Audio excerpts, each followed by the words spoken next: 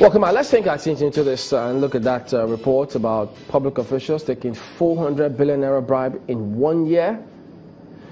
Let's start from Abuja. Mark, where? Well, thank you, Chamberlain. Joining us to discuss this very serious matter is Obla, who is Chairman, Special Presidential Investigation Panel for the Recovery of Public Property. You're welcome to Sunrise. Good morning. Good morning. Yeah, so this report, I mean, it's definitely very worrisome that we're hearing humongous amounts, 400 billion naira or $4.6 billion in 12 months. And this has been going on for quite a while, but between 2015 and 2016, we hear that even when the government is supposed to be focusing on fighting corruption, this amount of money is still being paid in bribes. It is chilling, daunting, outrageous, and shocking. But I'm not surprised because corruption has become endemic, pandemic. Most Nigerians are pathologically corrupt. Let me give you an example, a personal experience. When I was in private legal practice, I did a legal work for a federal government parastatal in Abuja. And when I was to pay my professional fees, they requested for an account number. I give them the account number. Then they say I should bring 10% of what they were going to pay to me. I should give it to them. I should withdraw it from my account and take it, bring it to their office. So I said, no, if you want me to give you this, you have to give me a receipt. And or if you want me to pay it through the bank, then you have to give me a bank account number. And they never got back to me. You know, but I stopped going there to request my balance. And this is what we see in Nigeria. And that is why this government says we are going to fight corruption. But what is the challenge? Nigerians do not want to support the fight against corruption. The judiciary does not want to support the fight against corruption. The legislature does not want to support the fight against corruption. No, but it's as if only the president and the vice president are in support of the war against corruption. Mr. Obla, would that be because one of the things that you must also, answer is when you say that Nigerians are not supporting the fight against corruption.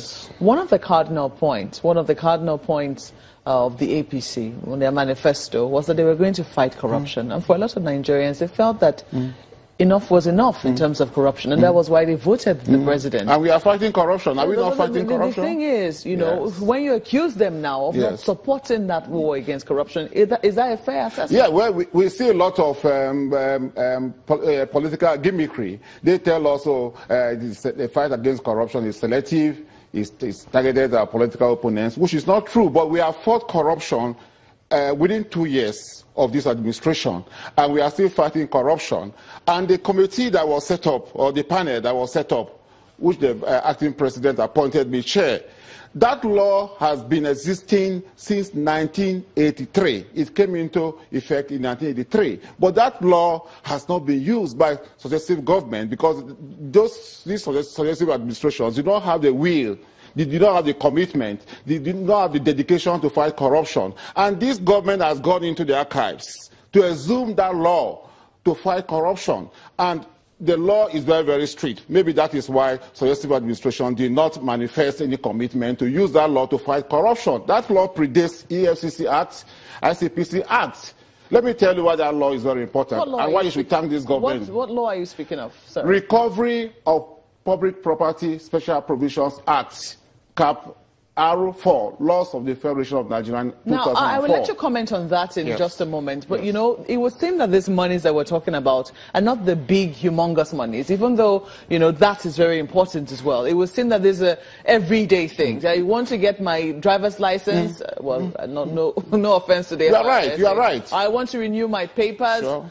Everyday experiences of Nigerians. Even in the court system, if you go to the registrars. So we see from the report. Let me give you an example. Just a moment. I'm still coming with my question. Judiciary and the police are the ones who are indicted the heaviest. Yes, and I don't disagree with that aspect of the report. As a private legal practitioner in private practice, I will tell you what transpires in court. If you go to the court registry to file a process, you will pay the filing fees to the treasury, to the government. But the court registrars will insist that you give them something to move your file maybe from the registry to the office of the chief judge who will assign the matter. Then, if an order is issued by the court, they will insist that you must give them money before they can type that order, take it to the judge who issued that order. And then, if the bailiff who wants to go and serve a process, so, assuming you sue somebody, the person you sued in Abuja is living in Lagos, they will insist on getting about 200,000 naira from you to take that process from Abuja to Lagos. Even within Abuja, they will insist that you must give them money to take that process from Maitama to Gwawarada. So these are everyday Exactly, yeah. Exactly. And sometimes we don't want to admit this. But I'm just telling you about what happens in the court. The court that is supposed to be the paragon of decency, of justice, of fairness, of transparency, of accountability. So I'm not surprised. That is why I am saying we have seen that corruption is bad. Corruption compromises national security. All of us must join in this fight against corruption. All of us. Is it enough to preach? I mean, well, just a moment. Is it enough to preach? I mean, should it be practical in terms of why is it that corruption is so endemic? Why is it that, you know, government officials, I think, are also very highly indicted in this. Why is it that, you know, people cannot do business with government without paying a bribe? Yes. Shouldn't we be asking that question rather than Why blaming, not? blaming, We should ask blaming? that question. Yeah. We should ask that question. Well, I would not want to say that Nigerians are pathologically corrupt, because corruption is everywhere. But with the difference with the type of corruption we see in Nigeria and maybe United States, United Kingdom, is that in the United States, if you are caught, you'll be punished drastically. If you are a member of the political elite and you are caught, you'll be punished by the political elite. But in Nigeria, we see that the political elite do not want to be accountable at all. If you want to punish them, they will begin to say, oh, because I'm a Nupe man, you are a Kanuri man, I'm an Hausa man, you are an Igbo man, you are a